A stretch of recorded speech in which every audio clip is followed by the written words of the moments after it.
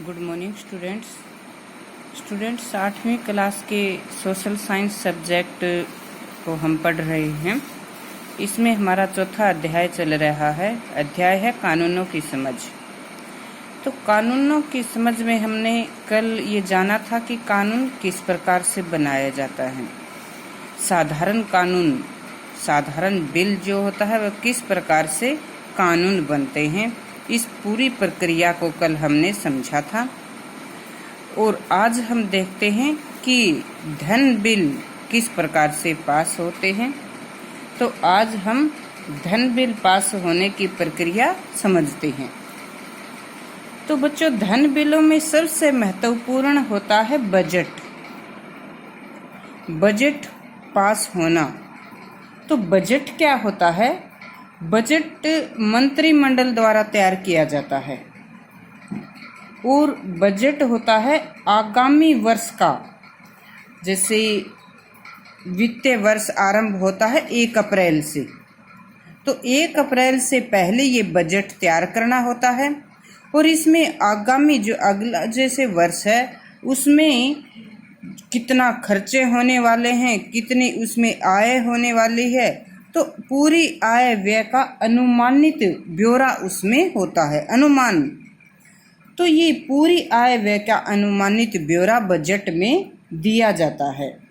और ये अनुमानित ब्यौरा किस प्रकार से तैयार किया जाता है कि सभी मंत्री अपने अपने विभाग में आगामी वर्ष में होने वाले व्यय की, जैसे स्वास्थ्य मंत्री हैं तो ये देखेंगे कि स्वास्थ्य संबंधी आगे जनता को कैसी कैसी सुविधाएं दी जा रही हैं, उन पर कितना व्यय होना है। और जैसे आयुष्मान भारत योजना लागू की है, इसमें कितना व्यय होना है और कितने उस विभाग को जनता से आमदनी होनी है। तो ये आमदनी किस रूप में होती है? टैक्स के रूप में। तो सभी विभाग अपने अपने विभाग के अंतर्गत आगामी वर्ष में होने वाले खर्चों और आमदनी का अनुमानित जो हिसाब किताब लगाते हैं, वही इस बजट में उसका पूरा ब्यौरा दिया जाता है। तो जैसे मैंने बताया कि आमदनी टैक्स से होती है। जनता पर जो पहले टैक्स लगाए हुए हैं, किस प्रकार के उनमें वृद्धि करनी है या कोई नए टैक्स लगाने हैं या किसी टैक्स में कमी करनी है, ये सभी सुझाव भी उनके साथ रखे जाते हैं। तो इस प्रकार से हमने जाना कि बजट क्या होता है। बजट होता है जो पूरे वर्ष का जो विवरण होता है, वित्तीय जो विवरण होता है, वार्षिक वित्तीय विवरण को ही बजट कहा जाता है। पूरे वर्ष का जो वित्तीय विवरण होता है वही बजट कहलाता है कि कहाँ पर किस विभाग में कितना क्या खर्च होना है, कितनी आमदनी होनी है। तो प्रत्येक विभाग के मंत्री अपने अपने विभाग में होने वाले खर्चों की और आमदनी का ब्यौरा देता है। उसके बाद मंत्रिमंडल की बैठक में सभी मंत्रियों के द्वारा संयुक्त रूप से उस पर विचार किया जाता है और विचार करने के बाद वित्त मंत्री के द्वारा संसद में इसे पेश किया जाता है।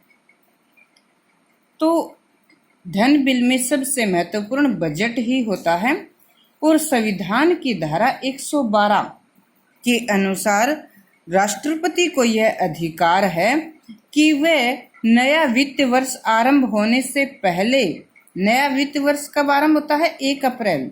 तो 1 अप्रैल से पहले ही संसद के सामने वार्षिक वित्त विवरण अर्थात बजट को पेश करवाए। उनको कहे भी अपना बजट तैयार करके उसमें पेश करो। राष्ट्रपति आदेश देते हैं और उसके बाद वित्त मंत्री के द्वारा संसद में यह बजट पेश किया जाता है। बच्चों, ये बजट भी 2 प्रकार का होता है, रेलवे बजट और साधारण बजट।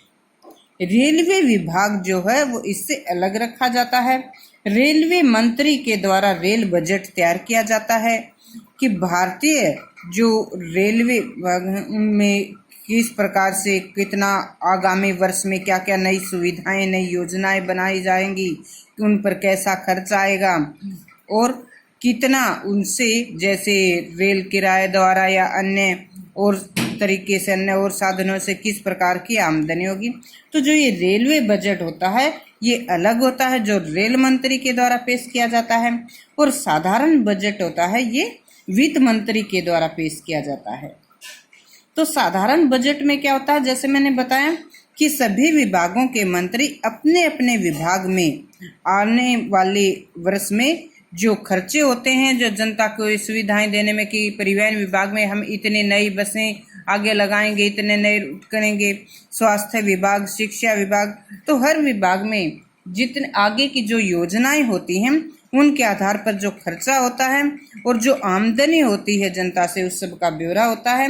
इसके अलावा भारत की संचित निधि अर्थात भारत के जो खजाने से होने वाले व्यय का भी उसमें ब्यौरा होता है।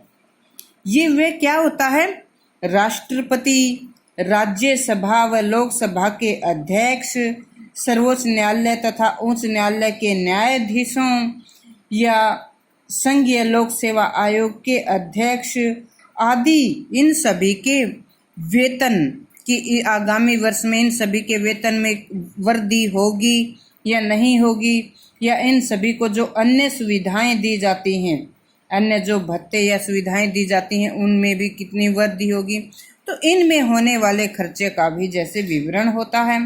इसके अलावा भारत सरकार के ऊपर जो भारत सरकार विश्व बैंक से या अन्य जो और बैंकों से जो भारत सरकार ने जो ऋण लिया होता है और उस ऋण का जो ब्याज होता है उससे संबंधित जो खर्चा होते हैं उसका भी इसमें ब्यौरा होता है। तो ये होता है हमारा बजट, जो कि किसके द्वारा पेश किया जाता है, वित्त मंत्री के द्वारा पेश किया जाता है। तो ये जो धन बिल होते हैं ये केवल लोकसभा में ही पेश होते हैं। जैसे साधारण बिल में मैंने तुम्हें बताया था कि साधारण बिल लोकसभा या राज्यसभा पहले किसी में भी पेश किए जा सकते हैं। एक प्रक्रिया के तहत पूरी प्रक्रिया से जैसे गुजरना पड़ता है, पहले लोकसभा में हो या राज्यसभा में। अगर पहले राज्यसभा में होते हैं तो बाद में लोकसभा में जाते हैं, लेकिन धन बिल पहले लोकसभा में ही पेश होते हैं और राष्ट्रपति की पूर्व स्वीकृति से, जैसे बताया था ना कि धारा 112 के अनुसार राष्ट्रपति को अधिकार है कि वो पेश करवाएं, तो राष्ट्रपति की पूर्व स्वीकृति से ही मंत्रियों के द्वारा ये पेश किए जाते हैं। कौन मंत्री, वित्त मंत्री पेश करता है। और लोकसभा धन बिल को स्वीकार कर सकती है या अस्वीकार भी कर सकती है कि भाई इसमें तो ये बजट ज्यादा है। बच्चों, ज्यादातर घाटे का बजट ही सरकार के द्वारा पेश किया जाता है। घाटे का बजट तो उसमें ये दिखाया जाता है कि जनता के ऊपर आगामी वर्ष में इतना इतना खर्चा हम कर रहे हैं और जनता के ऊपर जो टैक्स कर लगाए हैं वो कम लगा रहे हैं, अर्थात वो सरकार को खर्चा ज्यादा और जनता से सरकार को आमदनी कम दिखाई जाती है। तो इस प्रकार से बजट जो होता है उसको लोकसभा स्वीकार या अस्वीकार कर सकती है या मांगों में कटौती कर सकती है कि भाई जो ये टैक्स है इतने ज़्यादा है इनमें कुछ कम करो, या यहाँ पर ये योजना में कुछ ज़्यादा पैसा लगाया जा रहा है, इससे सरकारी जो खजाना है संचित निधि है उस पर ज़्यादा भार पड़ रहा है तो इसे कम करो। तो इस प्रकार की वो उसमें कटौती करने का या उसमें जैसे कुछ ये परामर्श दे सकती है, मतलब उसे स्वीकार कर सकती है या अस्वीकार, लेकिन ऐसा नहीं कह सकती कि आप यहाँ पर इसमें ये कटौती करें, इसमें ये टैक्स ज़्यादा लगा दिया है, ये इतना कम लगाया है, तो वो उसके ऊपर किसी प्रकार का संशोधन करने की नहीं कह सकती कि इसमें आप इतनी वृद्धि करें पैसों में या इतना इसके पैसों में कटौती करें। वो सिर्फ उसे स्वीकार या अस्वीकार कर सकती है। साधारण बिल में हमने देखा था ना कि साधारण बिल में मानो पहले लोकसभा में पास हो जाता है तो राज्यसभा उसमें कुछ संशोधन, कुछ फेरबदल करने की भी कह सकती है, उसे अस्वीकार भी कर सकती है, लेकिन ये उसे पूर्ण रूप से या तो स्वीकार ही करती है या अस्वीकार ही करती है, उसमें कहीं पर भी कोई फेरबदल करने का नहीं कह सकती है। तो इस प्रकार से धन बिल पहले लोकसभा में पास होता है। लोकसभा में पास होने के बाद यह राज्यसभा में आता है। राज्यसभा में धन बिल को पास करने में अधिक से अधिक 14 दिन का समय ही राज्यसभा ले सकती है, ज्यादा दिन तक उसे नहीं रोक सकती। 14 दिन में उसे उस पर अपनी स्वीकृति देनी होती है। स्वीकृति देने के बाद में राष्ट्रपति के पास जाता है और राष्ट्रपति भी उस पर अपनी स्वीकृति दे देते हैं। तो इस प्रकार से बच्चों धन बिल भी पास हो जाता है। राज्यसभा में पास होने के बाद जैसे राष्ट्रपति की स्वीकृति के लिए भेजे जाते हैं, तो आमतौर पर वे स्वीकृति दे देते हैं, अपने हस्ताक्षर करते हैं। इसके बाद ये कानून बन जाता है और सरकारी गजट में उसे प्रकाशित किया जाता है। तो ऐसे है धन बिल पास करने की प्रक्रिया। कल साधारण बिल पास करने की प्रक्रिया बताई थी आपको। तो कानूनों की समझ में आज हमने क्या समझा अब कि कानून कैसे बनते हैं, साधारण बिल कानून कैसे बनता है, और जो धन बिल होता है, बजट होता है, ये संसद में किस प्रक्रिया से पास होता है। तो आज इतना है।